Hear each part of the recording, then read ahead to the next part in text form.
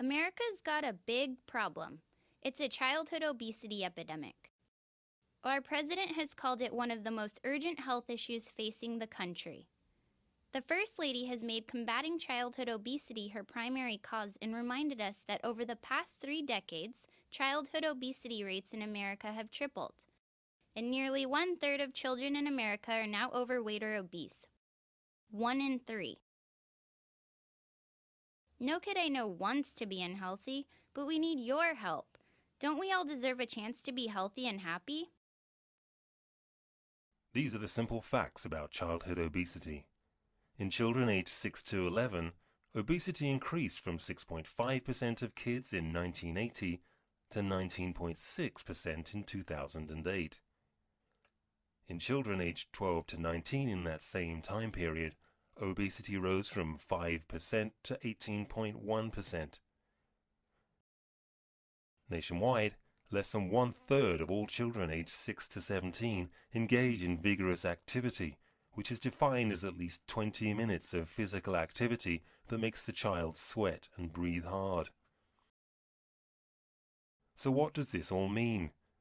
Obese kids have much higher rates of social and psychological problems such as stigmatization, poor self-esteem, and depression. Overweight and inactive children are 600 times more likely to develop heart disease as adults. Obese kids have high risks for developing other serious health issues that normally plague much older adults. High blood pressure, high cholesterol, type 2 diabetes, bone and joint problems, and even stroke and several types of cancer.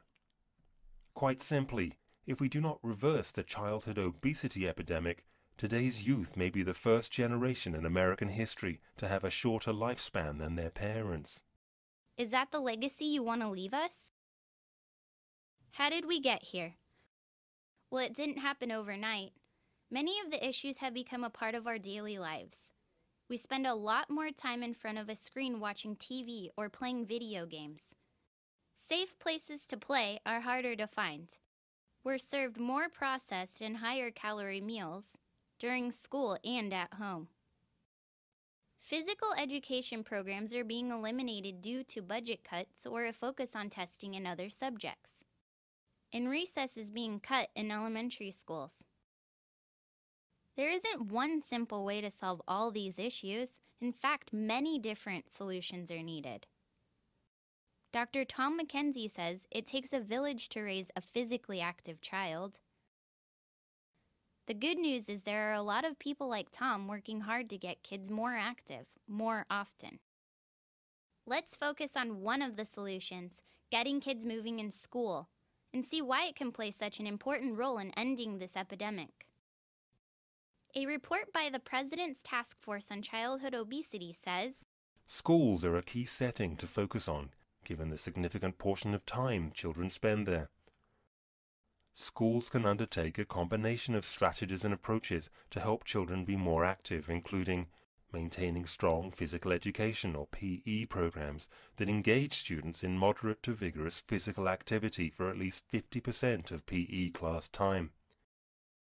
You might think that's already happening at most schools these days.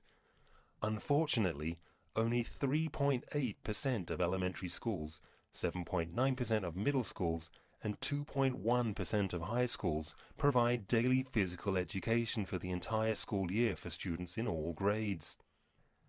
The U.S. government's Healthy People Objectives for the nation has included goals for active PE since 1990. Active PE has been cited as a way to combat childhood obesity by numerous research studies, brain research experts, organizations like the American Heart Association, Robert Wood Johnson Foundation, the CDC, and even the President's Task Force on Childhood Obesity. The data are there and the scientists have spoken. Quality active physical education works to counter childhood obesity. if the adults are right, then why doesn't every kid have quality PE? In the last few years, many school systems have eliminated or cut back on physical education to either save money or spend more time on other subjects. That doesn't make sense. A number of studies show that students who have quality PE at least 3 times a week and other school-based physical activities increase or maintain their grades and scores on standardized tests, despite spending less time sitting in class. Physical activity stimulates the body and the brain. It's that simple. But studies also show that not all physical education classes are created equal. Have you ever seen a class where 30 kids stand in line waiting for a turn? Or sit for 5 minutes while attendance is being taken? Or play a traditional game of soccer with 1 ball and 22 kids trying to share it? Have you heard of PE classes that only meet once a week for 30 minutes? Only offer PE for 9 weeks, then not again the rest of the school year? PE without enough quantity and quality won't help stop childhood obesity. We need HOPE, Health Optimizing Physical Education. HOPE focuses specifically on the public health goal of developing lifelong physical activity and supporting healthy food choices. Changing traditional programs toward HOPE doesn't require that all the objectives of current physical education be abandoned, but it does call for them to be reprioritized. We can do this. We have to do this. There are a lot of challenges we kids will face growing up. Some are harder than others, like making sure our schools teach HOPE, Health Optimizing Physical Education. Kids like me need to move, to play, and to eat nutritious foods every day. After all, healthy kids are better learners. It's a fact. If every school in America had HOPE, we'd be well on our way to reversing the childhood obesity epidemic. Now, what do you say? Want to go play?